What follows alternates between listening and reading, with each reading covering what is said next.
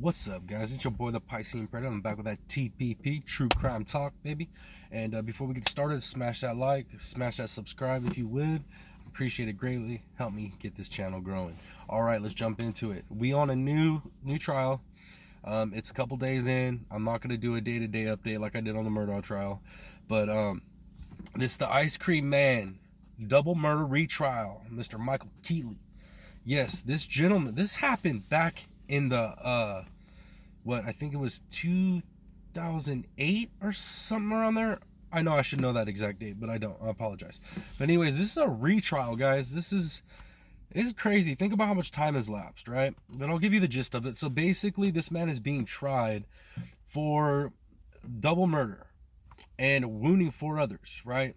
So the story is that Mr. Michael Keetley is an ice cream man. He's out doing his thing, right? Selling ice creams.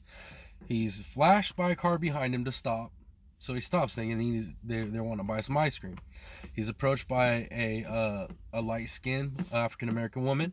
And as he's, attending her, two gentlemen in masks roll up on him to rob him.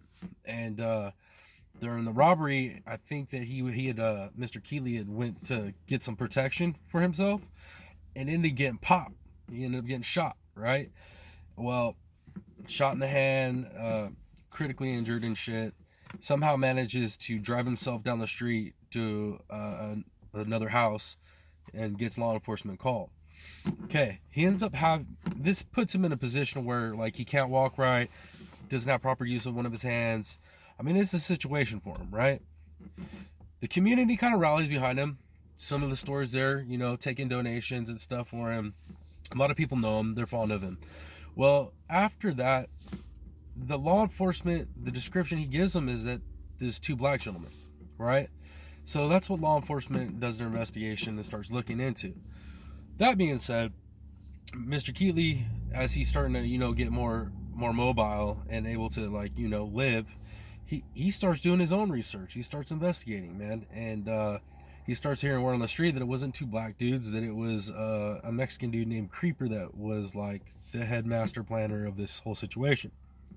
So Mr. Keetley starts, looking at, this Creeper individual, or not necessarily looking at him, but looking into him, trying to figure out people that know him and whatnot.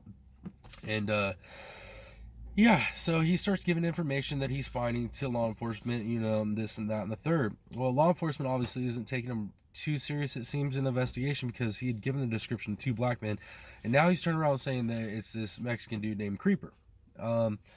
So investigation's not going anywhere. Mr. Keetley's getting upset. Now, where everything goes crazy is you have these group of Mexican gentlemen out on a porch late at night, so having some drinks, some smoke, playing some cards. They had been over at another friend's house at a barbecue, not a friend's house, but a friend's shop barbecue. They're just having a good time. They're chilling. And they say a van pulls by, truck or van or some sort, pulls by, loud music. And the next thing they know, they have a Caucasian gentleman strolling up looking like a sheriff, right? Hand on a gun. And he starts questioning him, about who's Creeper, this and that. And basically, short of it is this guy opens fire, like execution style, like on these gentlemen, right? 2 men are killed and 4 are injured. The shooter gets away. Now, obviously, what do the cops do? They start investigating, and immediately they're hearing from the survivors that the individual that came up and shot them, that was dressed as a cop and as a sheriff, was asking for Creeper. So put two and two together. Law enforcement starts, looking at Mr. Keetley. So the evidence they have found on Mr. Keetley is it's pretty damning, but it's circumstantial, right? So there's no DNA. There's no actual ballistics that can link him to it, but there's searches on the internet on his devices, right, for certain incriminating things like modifications for a Glock handgun. Ballistics may have matched up to that, but also looking into this person, right? Looking into all these certain things that line up with this murder, this assassination, pretty much. But here's the kicker. Here's the kicker. One, they can't prove that Mr. Michael Keetley was the one that actually used the computer to do it. Like, there's no way to actually say that he did these searches himself. And then on top of that, Mr. Keetley was straight up in a pretty much crippled state at the time that these murders happened. Like, his ability to actually pull off these murders would be near to impossible. And then the description that the survivors gave was that this gentleman was bigger than Keetley, both taller and you know, in mass, and then also that this man had a normal gait. His walk was normal. Well, at this point in time, Mr. Keetley is, by all accounts, on a cane with a messed up hand, can't walk right, and this is witnesses have testified to this, right? Now, this investigation from the jump, honestly, in the first part, right? I don't know, man. It's just it's a situation. It is a situation. So the more I'm getting into this trial, I'm starting to realize why they're at a retrial, because it's the prosecution can lay it out to where it makes you feel like, man, it could have been him, but then it's like the reality that he couldn't have physically done it makes you realize that, I mean, it could have been him that did it, but possibly he's the one that did these searches, got the attire, got the weapons, and had somebody do it, right?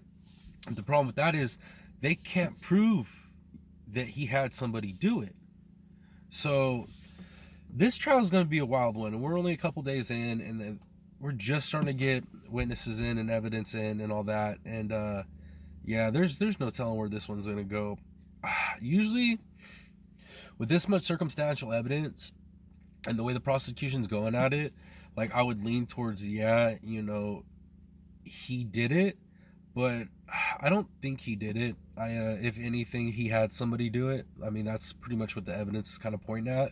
But I don't know how they're going to convict him without, like, some solid connecting evidence to the shooter. Because if they can't prove that he did the shooting, and they don't have a second accomplice, like a second person, then I don't know how they're going to get this conviction on him. And the thing is too, is like, they had a witness today in court say that that he's recognized Michael Keetley and that's who shot him. But then the description that he gave, the height, the size, and the walk, and the physical attributes doesn't make sense for the injuries that Michael Keetley sustained in the type of shape that he was in. So to me, it looks like Michael Keetley probably set this up. He probably paid somebody to do it. It's freaking Florida, right? So it's wild down there. This type of thing, it happens. So yeah, right now, as far as what I'm seeing in the trial, is I got a feeling that it's going to end up the same way the other trials have, and there's not going to be a conviction. Whether that's right or wrong, that is what it is, right? Our system set up to where you have rights, and if the prosecution can't prove that you did it, and that there's any doubt in the juror's mind that you did it, they can't conclude that you're guilty. So, and then I don't think that the full jury is going to say that he's innocent either, because it's like the evidence shows that he probably has something to do with it, but I don't think he pulled the trigger. So, like, probably having something to do with it and absolutely having something to do with it are two different things, though, right, guys? And I just don't see how they're going to be able to say he did it, or 100% give facts that he had it done. Yeah, but that's just my opinion as of right now. So my opinion right now is he probably had it done. He was probably involved. It only makes sense with all the circumstantial evidence and things that were said by witnesses.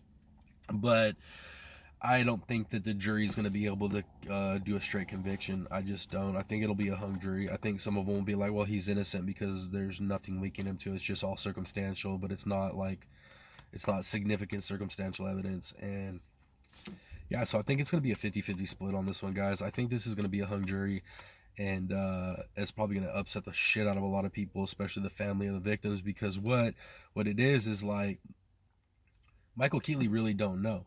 He really don't know who shot him, right? He really doesn't. He thought it was two black gentlemen, And then word on the street starts telling him that no, it wasn't. It was actually some dark-skinned dudes, Mexican dudes. And then this dude Creeper is like the mastermind of it. So this dude being shot, I mean, like, if you go and listen to it, I mean, it drastically affected his life, his income, his ability to do anything. He literally couldn't even wipe his own. You know what I'm saying? He had to have his mom help him. And this gentleman is at an already advanced age when this happened. So I can understand the frustration and the want for retribution, retaliation, or justice, whatever it may be. And we're talking about Florida, guys, so down there it gets wild. I can understand it all, but it's you don't, I don't know, man. It's a hard one. It's a hard way to feel either which way on it, but you definitely don't go just popping a bunch of people that you don't know for a fact are the people that popped you. That's, I mean, that's is what it is. You can't go kill innocent people, and that's what it sounds like he did or he had done, is that he took the word from the street, developed this idea in his head that this individual had it done, and then scouted out who this dude hangs out with, this, that, and the third. Thought he had him lacking, had somebody go do it, and it turns out that, you know, it might not have been the people that were involved. So it's a mess. It's a mess every which way.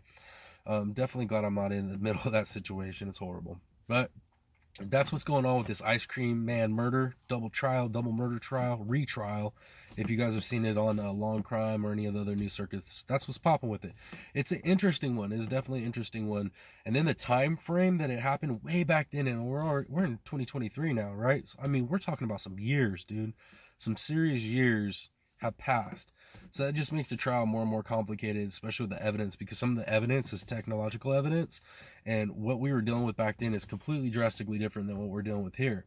So you have to keep that in mind as you're listening to the trial and listening to the evidence. Pretty interesting. But that being said, guys, that's what's popping with that case.